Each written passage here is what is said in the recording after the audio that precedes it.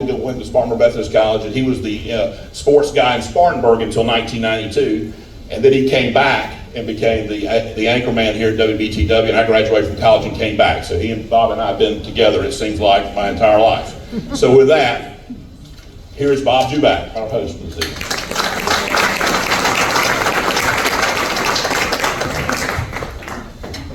Thank you very much, Randall.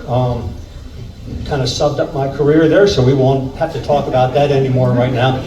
But I'm very appreciative of you all asking me to come out and moderate this debate tonight, this forum.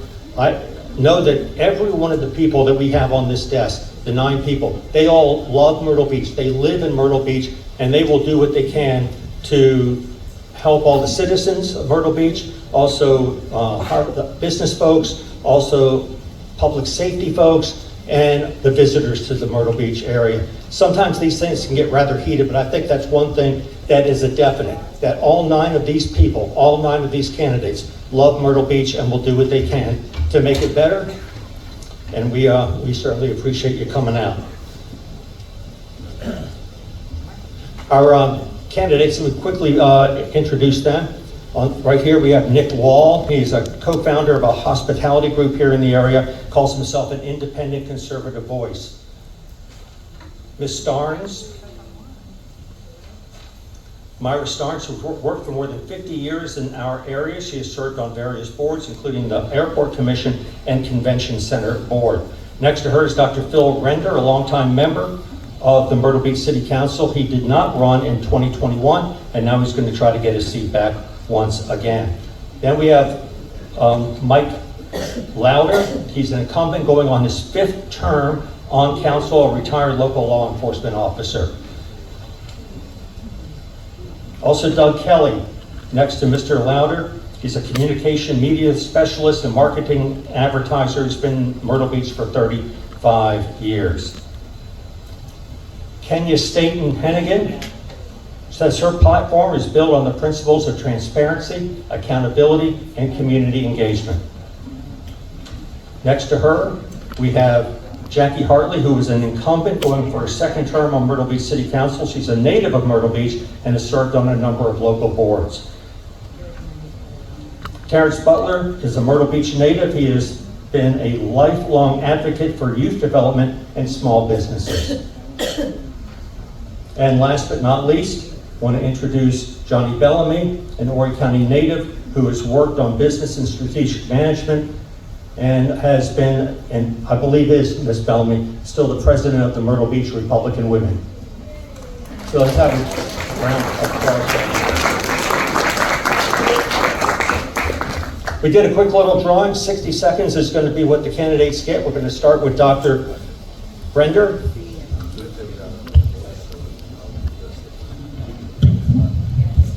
That's fine. And Dr. Render, the first question is, can you explain the basis for and the approval process for the use of funds generated by the hospitality fee, the hospitality tax, and the local accommodations tax? Those revenues are derived from the state. We get 5 basic tourism revenue streams. Really the one we have the most control over would be the tourism development fee. Perhaps we are the only entity in the state that meet all the criteria that we get to employ those funds. The other tourism related funds are also dictated by state law, but we really have very little input there. We do, with regard to revenue streams, I believe the last figure was $140 million that we glean from tourism revenue flow, and of that, 64 million is delegated to various funds that we pay our bills with. Tourism pays roughly, tourism businesses or businesses in general pay roughly 80% of our operating budget. All right, thank you, Dr. Render. We get 60 seconds per answer, and next we have Councilman Lauder. Same question. We have the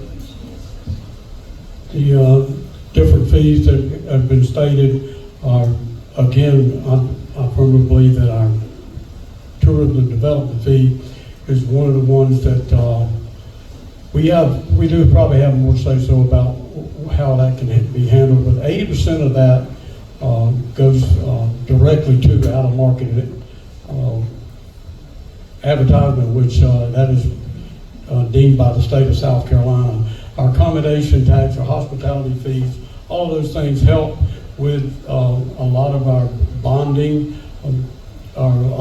We are able to use some of that for our law enforcement needs.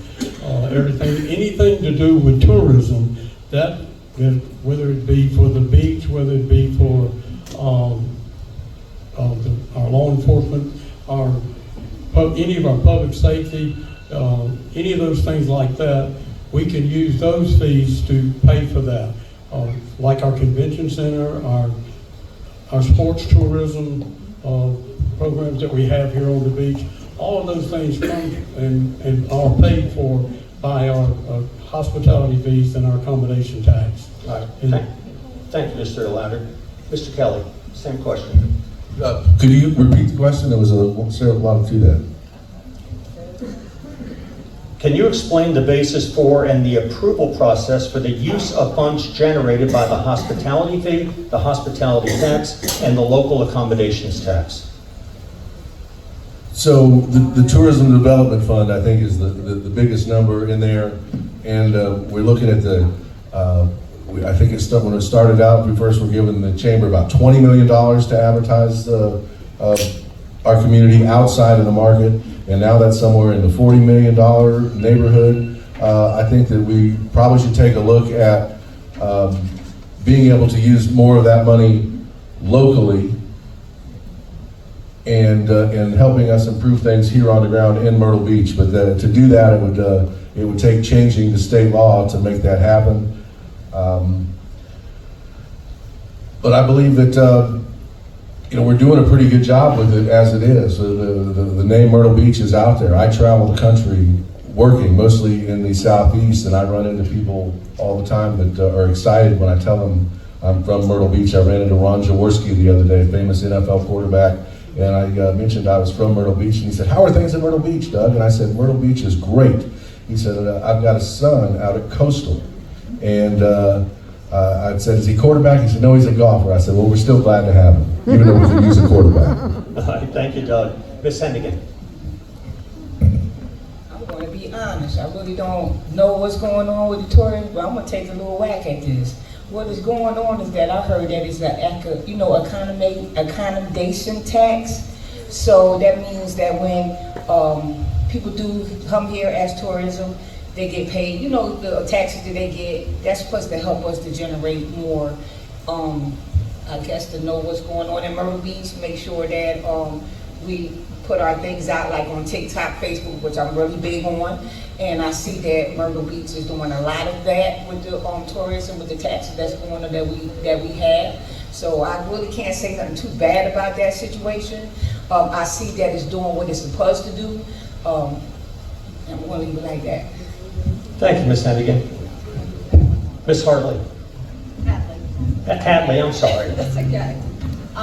Okay, so two things. Accommodations tax, a lot of it that is collected. We actually have a board, accommodations tax board for the city that actually allocates some of those funds, not only internally into our city for fire safety and stuff like that, but also organizations put in applications for these funds also each year to get allocated to use for festivals or baseball or football, whatever that may be. So, and the TDF. So I've always been a big supporter of the TDF. It's extremely important that we keep it going because it does generate money to go towards bringing new visitors here because it's outside sources, but also that TDF fund helps with our tax bills. Everyone in here that lives here that has the 4% resident tax, you notice that you have a big credit at the very bottom. The tax bills just came out, the past couple of weeks. So every one of us really benefit from that. All right, thank you, Ms. Hadley. Mr. Butler. This is what I think. The TDF I think we need to revisit it.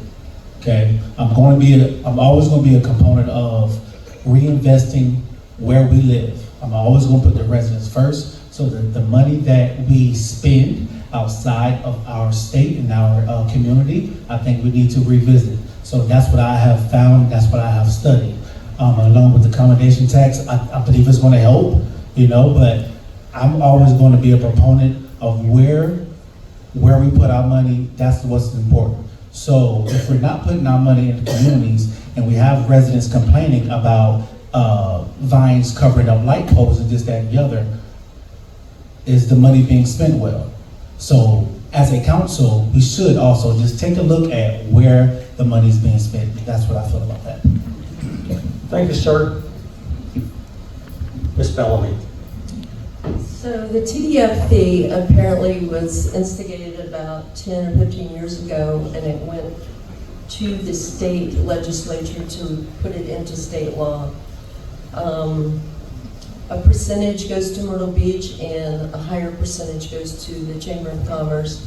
And from the Chamber of Commerce, it's distributed out through the state of South Carolina.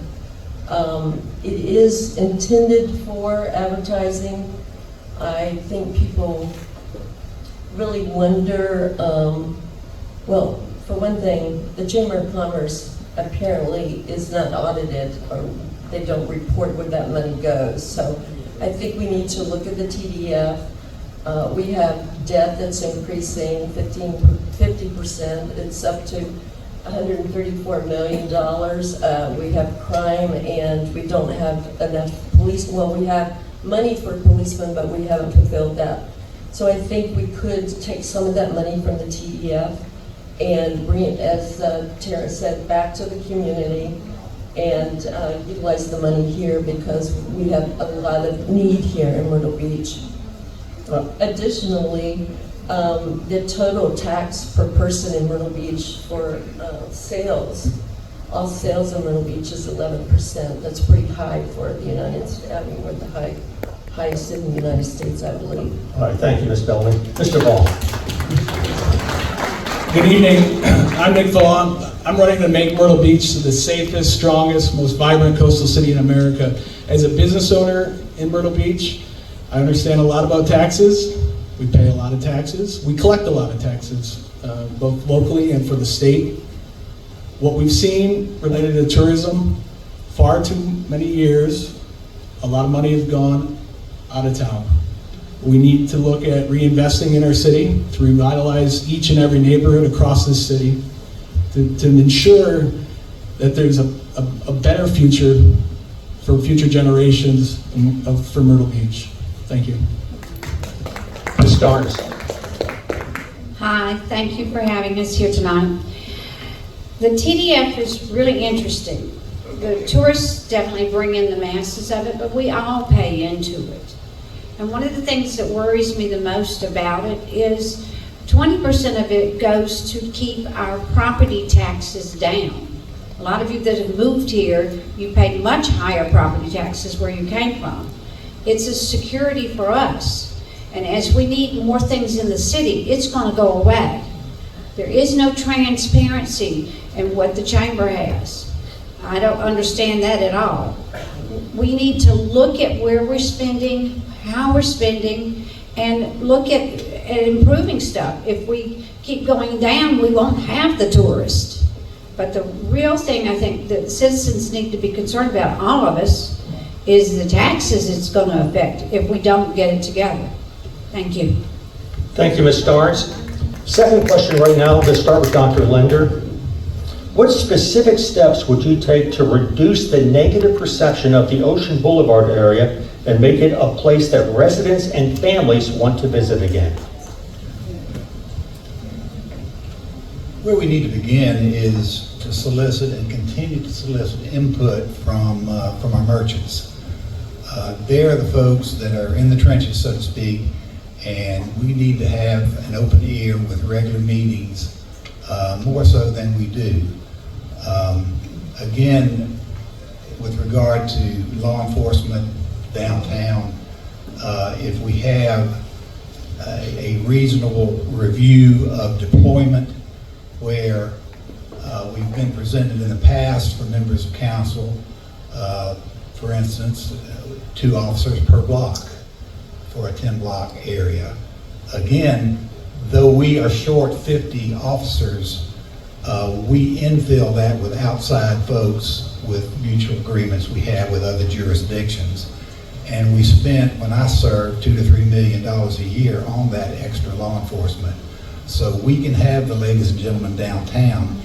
The question is proper deployment of those resources and review of command and control after the fact. All right. Thank you, Dr. Renter. Mr. Lowry. Well, the first thing we have to do is realize that what we've been doing on the boulevard for a number of years is just not working. We just need to change what's taking place down there and take a whole, the idea of blocking off the boulevard every Friday and Saturday night from 8th Avenue North to 16th or 21st Avenue North. Well, let me say this here, that might work for a certain few, but for the vast majority and the business owners that operate down there, it doesn't work at all. I have a great plan that I've been presenting for 15 years on how to make that work. And number 2, we need to do away with something that started in 1993 called voluntary compliance. You know what? You want to get somebody's attention, you get in their pocketbook. And you send that message to, when Easter comes, you send that message that we're not going to tolerate this any longer. There's a new sheriff in town. And when you send that message from Easter weekend back to the folks or wherever they come from, you know what they say? Hey, you know what? Go to Myrtle Beach and have a good time, but don't mess up, because you'll pay the consequences. Yes, and if you want the folks to feel safe, have officers two officers every block, every other block, on the sidewalks, communicating with people, communicating with the business people. You cannot see what's taking place or hear what's taking place or even smell what's taking place in a vehicle. All right, thank you, Mr. Lowry. Mr. Kelly. I moved to South Carolina in about 1984, and it wasn't long before I was down here at the beach cruising the boulevard as a young man, and I remember seeing police everywhere. It seems like they've gone away. I know one of the things Chief Prock bragged about when we had the 18-year-old kid from Bennettsville and that shooting and 11 people apparently getting hit by bullets. She bragged about it was 1.2 seconds for their response. Well, they were standing inside of the Mr. French Fries building. They weren't out on the street, they were inside Mr. French Fries. Had they been right outside of that kid wouldn't have pulled that gun out. We've got to have more visible police downtown in the entertainment zone. I remember back when I came and started cruising, it was 4 lanes, 2 north and 2 south. And now we've got 1 lane, and Mike's right. I go talk to the merchants down there. They don't like it. I think I've got a plan with that. We need to open up that center lane, get rid of the medians that were put in that look nice with some trees, and there's some crosswalk signs in them. But one of the police officers told me if between 21st and I forgot what avenue on the south side, he said if it was open and they could run that middle lane, we wouldn't need to be doing the one-way traffic pattern, pattern. And I have more on that. I'll add later, I guess. All right. We have 1 minute response, Ms. Hennigan. As I am or was a security officer for Horry County and Myrtle Beach, I think I have a whole lot to say about safety down here in Myrtle Beach, South Carolina.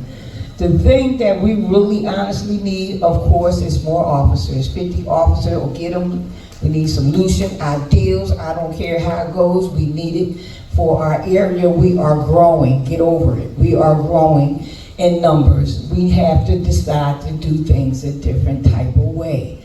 When it comes to a security guard that's helping out, trying to keep people safe, it's hard for us to call the police officers because we don't have enough of them to come and help us arrest anybody. Or somebody's getting ready to stab somebody. Or things that's going on, we don't have it. We have to be able to understand the problem, let's find a solution, do the data and the research, and let's make this possible. Thank you.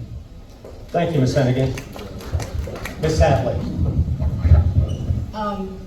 So I used to have a business right on the boulevard. I've grown up there all my life. So I've seen all different kinds of things going and coming. So we really need to sit down even more. We've been having meetings with the downtown businesses. We need to sit down even more and come up with some solutions, stuff that actually works, and it's feedback from them. They know exactly what will work down there because they see it, they're in the trenches every day, and we need to pay attention to what their feedback is. I also agree that we need officers in twos on every block, if not half block, visible to our visitors. We also need to have them walking more and more, even in the median area.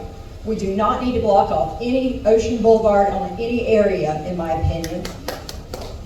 And you know what? We can achieve this, but we've got to have the feedback and use the information that our business owners downtown are going to provide for us. Thank you, Ms. Hadley. Mr. Butler. So, my mother used to drop us off at the Magic Attic, okay? That was one of the last concerts I've attended in Myrtle Beach.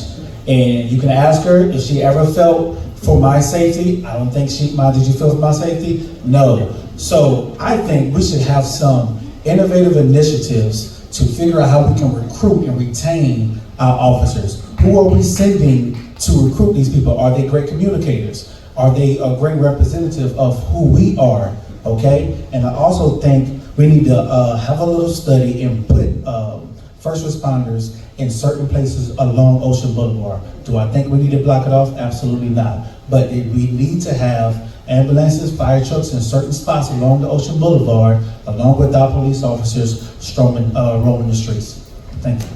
Thank you, Mr. Butler. 1 minute for Ms. Bellamy. Okay, so specific steps, I would go back to the debt. We need to decrease that debt so we can easily bring money to Myrtle Beach to beautify it and make it more family friendly. Also, we'll come back to crime, as everyone's saying. We need to feel safe to go down in that area. We also need to beautify it. We need to stop the clear cutting in Myrtle Beach, not just the boulevard, but the rest of Myrtle Beach needs some perking up a little bit. Stop the clear cutting, grow some flowers, some trees, turn it into a beautiful place for the residents to go to, as well as visitors. So, and that would also draw in small businesses that we could open up little eateries and places to sell honey and flowers on the boardwalk, on the ocean front too. Thank you, Ms. Bellamy. Mr. Ball. Yes, so when I look at over the last several months, walking door to door, and as of today, I've hit 1,500 homes. The number one issue that I hear from business owners to families is public safety. It's paramount for everything we do. If you don't feel safe, nothing else works. So what I will lead to build a majority on City Council to adopt a more aggressive, proactive policing, hold not only law enforcement, but our city manager and police chief accountable. We have to restore accountability throughout City Hall. And then the component that we often forget is code enforcement. We have to adopt a broken windows form of policing. We have to hold property owners, whether businesses or individuals or families, to maintain their properties. Far too long, there's been broken windows, derelict buildings in each and every neighborhood. We need to restore law and order in this city once and for all. I will do that. Thank you, Mr. Ball. It's really interesting for me because we've been going through this 20-something years. We have meetings and meetings and meetings, and I'm a property owner down there, and we all say our stuff, and then we hire experts that supposedly know this or know that. But they're basic things if we just look at them. If you go down on the boulevard, count how many lights are out. I mean, if you want to get rid of cockroaches, you at least have lights, right? Turn on the lights. why couldn't we have a police station downtown in that area? You know, if people see that there are people that are there, and if it's a place where the policemen that are running up and down, that they can go get water or whatever, but just the fact that you see a police station, that goes in people's minds. We can do this, but we've got a lot of, I don't know if it's consultants or who, but a lot of things just don't make sense to the property owners. And we really need more police down there, but we also need to really work and listen to the property owners, because they're down there. For years and years, I mean, that was the most populated place there was, and there were problems sometimes, but we didn't have the degree that we have now. We really need to look at both sides of the coin, not just one because you've got an expert that says this. You know, they're putting the light and putting some neat stuff, put some entertainment down there. It'll bring a different type of people. Thank you, Ms. Starnes. Right now we have 60-second closing statements from all the 9 candidates who are on the forum this evening. We're going to start with Dr. Render, 60 seconds. Thank you, Bob, and thank you folks for coming out. I've seen many of you at the Market Common meetings before and the other community meetings across town. Again, my primary concern, what sparked my interest, was the growing long-term debt that we have within the city limits of Myrtle Beach. When I left office in 2023, I believe it was $199 million. And I've seen a couple of different figures, one 270 million, one 336 million, whatever. They're just getting to where I don't know that our present revenue streams can manage, which would mean someone's going to have to pay the piper next year. And what I'm asking you to do tonight is consider voting for Philip Render, who will keep a watchful eye on that aspect of it. And the last thing, as I look at the crowd, I see no city council folks who live in Market Common. To me, that's just unbelievable. The most highly populated area of town has no resident representation. The 7 council members represent Market Common, but we need to consider a way to where each section of town can be represented equally.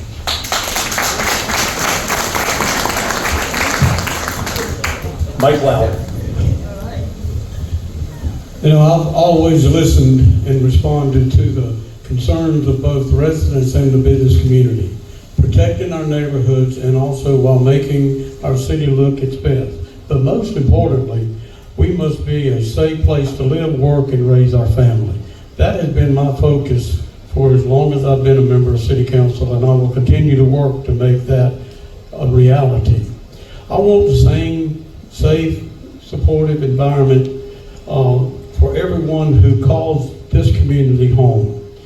You know, at the end of the day, no matter what plans we have, no matter what goals we seek, nothing works unless this community is safe. A safe environment for our residents, our loved ones, and our business folks and our visitors. That is the foundation on which I will continue to keep fighting for. And I ask for your vote humbly on November 4th.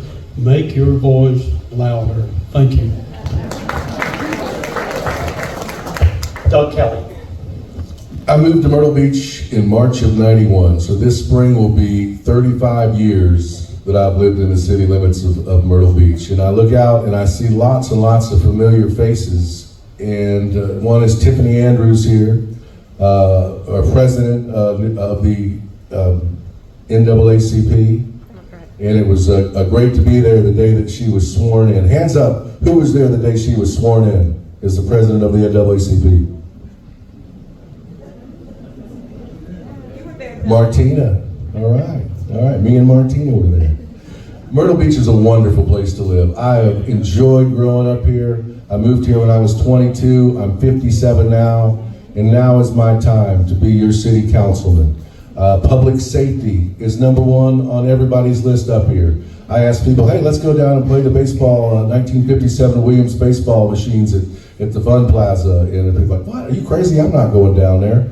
I still go down there. I love it down there. I love the boulevard. It's the heart of our city. And I'll do my best to learn everything I need to learn, to make the right decisions. I'll be accessible. You'll be able to call me. You'll be able to email me and tell me what you're thinking on specific issues. I think transparency, I believe it's there, but I think the city needs to do a better job of getting the news out about the things they're doing, including a new city news program, at least a weekly program that'll help people find out exactly what goes on in the city council meetings. Sum that thing up in about 20, 30 minutes. Am I out of time?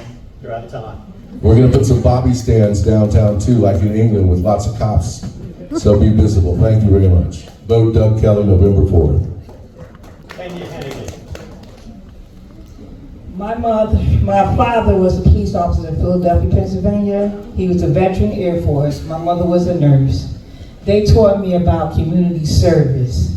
So of course, number one is public safety. I really feel as though that I can have a great part of public safety issues here because I've been in it as far as a security guard. So I know how it is and what we need in our community.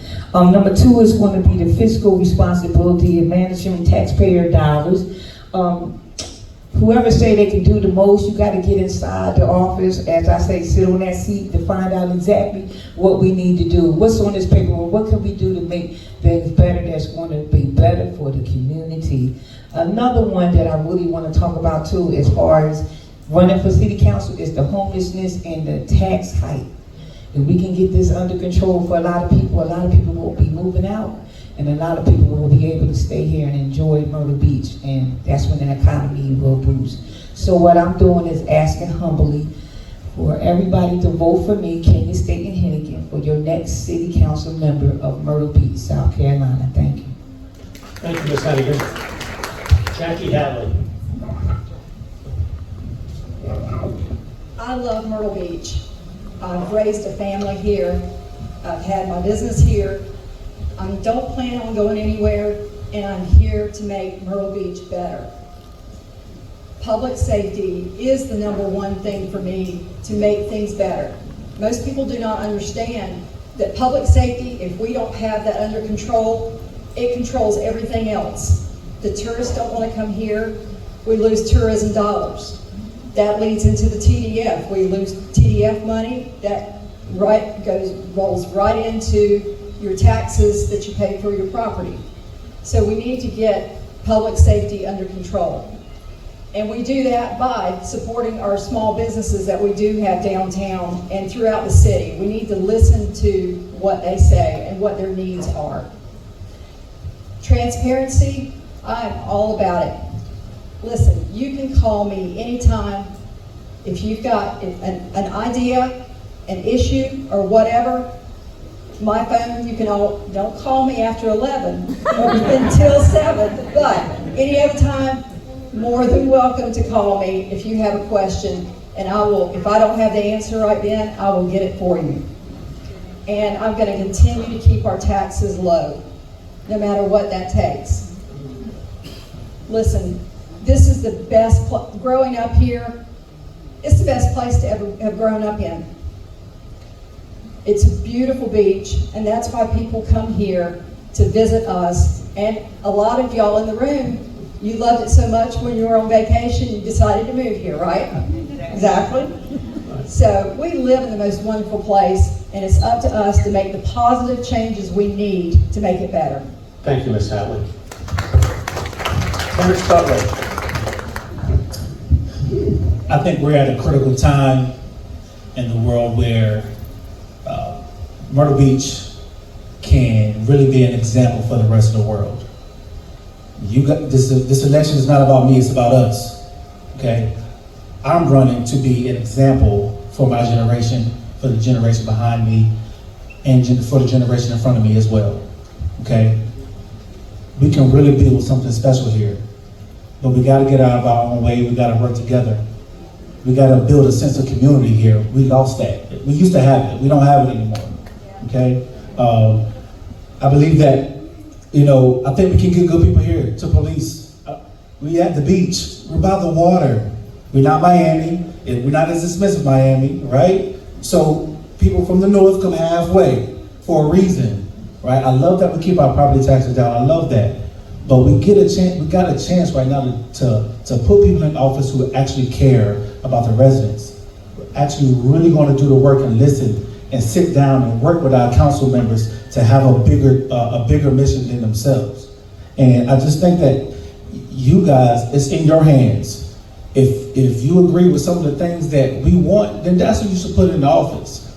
But remember, it's for the future, not for now. For the next 10, 15, 20 years, that's the vision, to make Myrtle Beach better for our children, for our children's children, okay? And we need some, and the last thing, we need some affordable housing because the people that work in Myrtle Beach can't even live there, all right? Thank you. Thank you, Mr. Butler. Johnny Bellamy. I am very upset about the spending, the debt, the crime, the traffic, the rampant development, clear cutting, and much more. Under the current council and leadership, I'm watching my birthplace and the place I love to call home being ruined. I don't know about you, but I've had enough, and that's why I'm running. Honestly, I don't know if we can even survive another 2 to 4 years of this increased debt and crime problems. If you vote for me, I pledge to do everything in my power, using my extensive background in turnaround management of American businesses to right this ship that's taking on water like the Titanic. I just hope and pray we're not too late. If you vote for me, you will not regret it. Thank you. Thank you, Ms. Bellamy. Nick Ball. Thank you to the Market Common Civic Association for having me. Thank you all for coming tonight. I respectfully suggest to you all to reject the status quo, to challenge the current regime, to push back. The incumbent council has come and fallen short on many of the issues that we talked about tonight. I'm running as a businessman with a business mindset, a pro-family mindset. My wife and my daughter, Luciana, is here. Say hello. We're deeply invested in this community. We care about the future of this community. I'm working hard to earn your vote. I'm running to make this city a stronger, safer, more vibrant community for future generations. Together, let's write the Myrtle Beach comeback story. I'm Nick Vaughn. I'm asking for your vote. Thank you very much. Thank you, Mr. Ball. And Myra Stars. Hi, I've been in business here for 52 years. I've dealt with the good old boys. I've been here when they said you could shoot a shotgun down Ocean Boulevard and not hit anybody after Labor Day. We've grown and we've grown and we've grown. And we've had problems as we went, but we didn't have quite the problems we have now. Right? We've gotten ourselves into a system where we have consultants that do studies for us. They tell us this, they tell us that. I mean, you're paying them hundreds of thousands of dollars. Most people don't look at the other side of the coin. They just see this side. But think about the police. Everybody says we have a really good training, and I've looked into that, and we really do. And we attract some good people, but they don't stay. So I started doing a little bit of deep diving just to see, because it didn't make sense, because we keep doing over and over the same thing and think we're going to get other results. And I found out, I mean, can you imagine coming here and being excited about a job and you get it, and then you get to know the people around that are employees of the city, other policemen, and you find out that they worked 30 years here and then they took their insurance away when they retired. And it's like, I mean, they came up with another program, but it's not working. We can't do that to the employees. The employees across the board don't like it. And I bet you if we really looked into the situation, there are things that we can change to make the people that are going into these jobs want to stay. But we can't just add more money and do this and do that. We need to do some deep dives.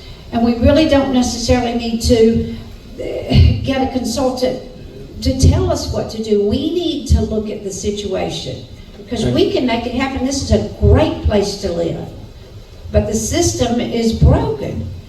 Thank you, Ms. Starnes. She forgot to mention she was Miss Myrtle Beach too.